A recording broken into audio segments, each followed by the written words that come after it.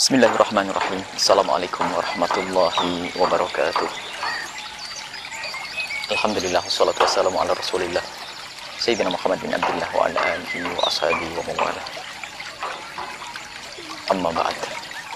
Para pemirsa dimanapun anda berada, mari kita lanjutkan kajian kita dengan ringkasan kitab Riyadhus Shalihin, yang pada pertemuan yang lalu kita membahas tentang amar ma'ruf nahi mungkar, dan sekarang kita akan bahas tentang bab taghlidi uqubati man amara bi ma'rufin aw naha 'an munkarin wa khalafa qawluhu fi'lahu.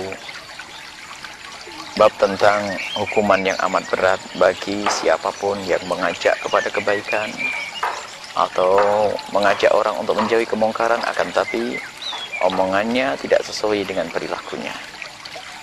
Disebutkan di sini kalau Allah Subhanahu wa taala, Allah berfirman, "Atamuruna an-nasa bil birri wa tansawna anfusakum wa antum tatlunal kitaba afala taqilun?" Apakah kau ini akan menjadi orang yang pandai mengajak orang kepada kebaikan, akan tapi melupakan diri kalian sendiri, seolah-olah tidak butuh dengan kebaikan tersebut? Wa antum tatlunal kitaba, dan engkau membaca kitab, maksudnya engkau juga tahu kemuliaan, pahala dan seterusnya. Apalah taqilun, apakah kau tergolong orang yang tidak berakal?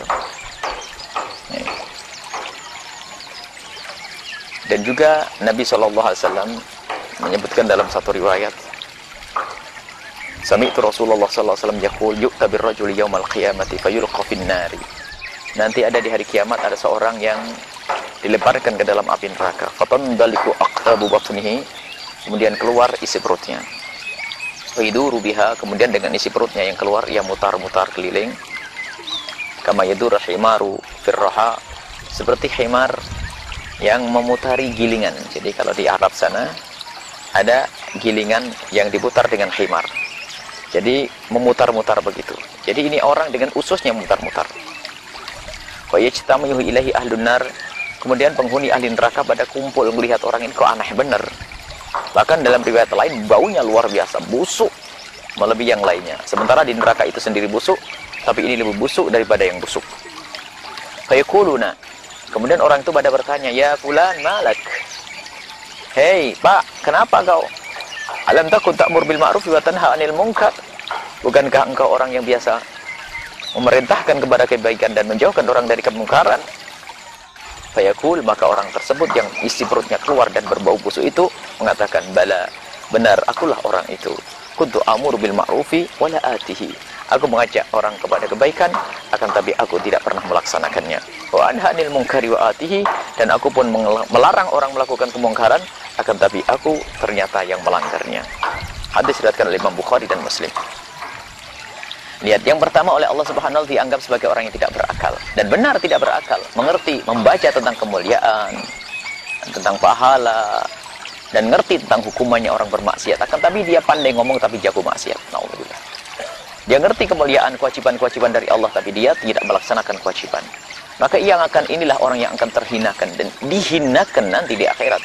Sehingga di akhirat nanti ya menemukan dirinya dalam keadaan kalau perutnya keluar di neraka, nanti perutnya keluar dan dia memutar-mutar dan dikerumuni orang, dan orang pada bingung, ini orang dulu kayaknya ustadz kiai itu, akan tapi saat ini kok berada di neraka.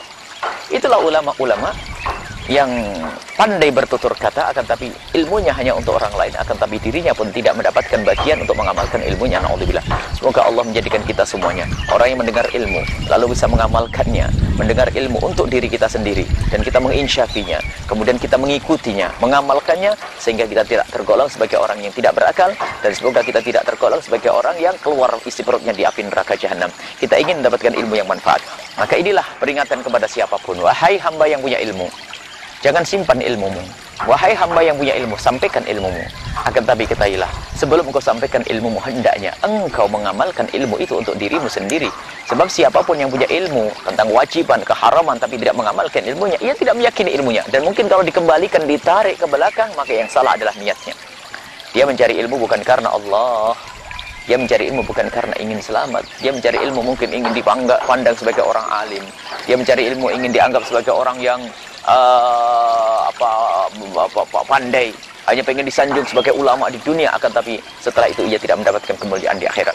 Ulama su, munafik, pendusta, kelihatannya di mimbar mengajak kepada kebaikan, tapi di rumahnya sepi dari kebaikan, di dirinya sepi dari kebaikan. Ataupun berbicara tentang kemungkaran di sana sini, akan tapi dia pun orang pertama lagi melakukan kemungkaran.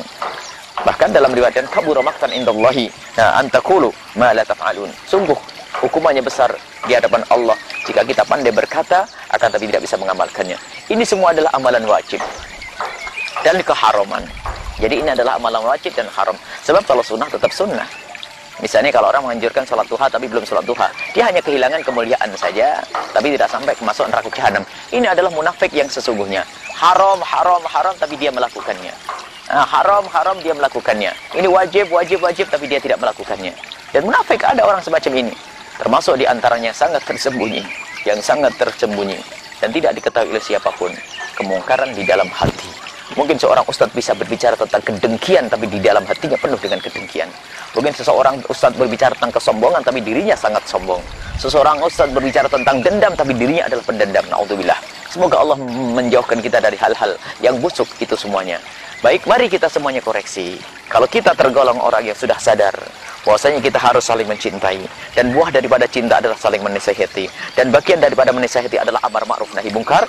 Kalau kita sudah masuk dalam dunia amar ma'ruf nahi mungkar, yang kemarin sudah kita sebutkan bahwasanya yang masuk dalam dunia amar ma'ruf nahi mungkar ini bukan saja orang-orang alim, akan tapi siapapun yang merasakan dirinya adalah umat Nabi Muhammad hendaknya mengambil bagian amar ma'ruf nahi mungkar. Dan setelah kita menempatkan diri kita di tempat amar ma'ruf nahi mungkar, di wilayah mengajak kepada kebaikan dan menjauhkan orang dari kemungkaran, maka kita harus melihat diri kita, apakah kita tergolong orang yang sudah mengamalkan ilmu yang kita sampaikan atau belum. Kalau belum, dikhawatirkan kita adalah munafik dan pendusta.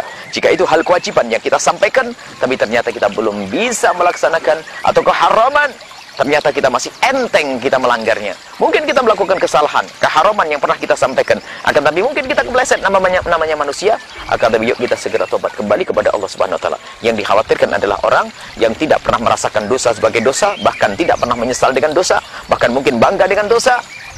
Setelah itu pun dia merasa dirinya adalah orang yang ahli surga. Na'udzubillah min dzalik. Semoga semuanya yang bergabung dalam dunia amar ma'ruf nahi mungkar, yang bergabung dengan media kami, dakwah kami, semuanya harus memulai dengan dirinya sendiri. Ibda' bin nafsik.